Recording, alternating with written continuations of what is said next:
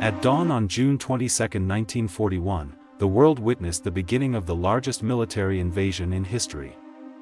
Without a formal declaration of war, Nazi Germany launched Operation Barbarossa, the massive assault against the Soviet Union. More than 3 million German and Axis troops crossed the border along a front stretching thousands of kilometers.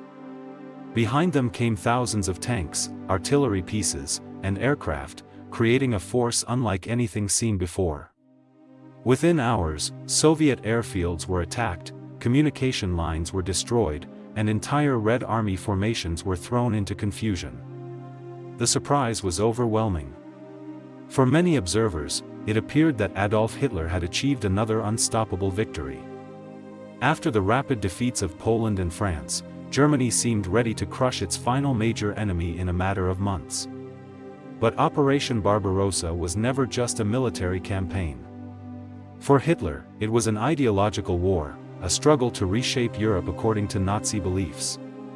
He viewed the Soviet Union not only as a political enemy but as a target for conquest and exploitation. The invasion was driven by his vision of Lebensraum, or living space, which aimed to expand German territory deep into Eastern Europe. The Soviet Union possessed exactly what Germany needed for a long war: vast farmland, enormous industrial resources, and valuable natural materials. Ukraine offered fertile agricultural land, Western Russia contained important factories, and the oil fields of the Caucasus represented a crucial source of energy. Hitler believed that defeating Stalin's government would allow Germany to dominate the continent and create an empire that would last for generations. The invasion was divided into 3 major thrusts. Army Group North moved toward Leningrad, Army Group Center advanced toward Moscow, and Army Group South pushed into Ukraine. The German strategy depended on Blitzkrieg, the lightning warfare tactics that had brought victory in previous campaigns. Fast-moving armored units would break through Soviet defenses, surround enemy forces, and destroy them before they could react. At first, the plan appeared successful. Hundreds of thousands of Soviet soldiers were captured during massive encirclement battles.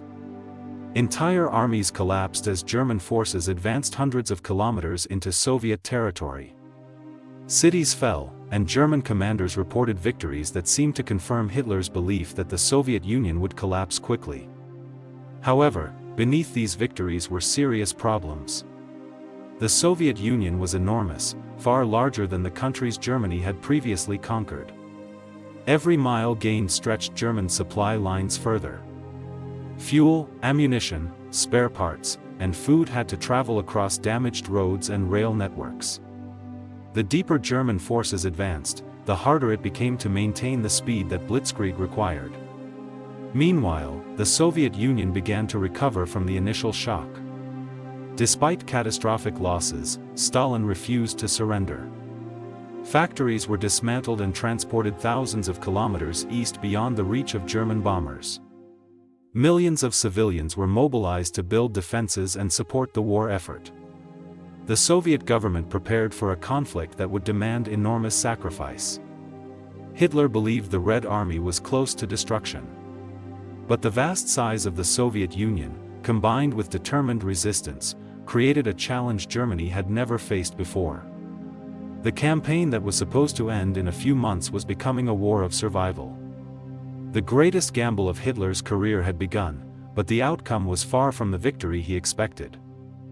By late summer 1941, the German advance had reached deeper into Soviet territory than any army had ever traveled. But with every victory came new problems. The distances were enormous, and the German war machine was beginning to lose the momentum that had made it so dangerous. Panzer divisions raced ahead, but supply units struggled to follow.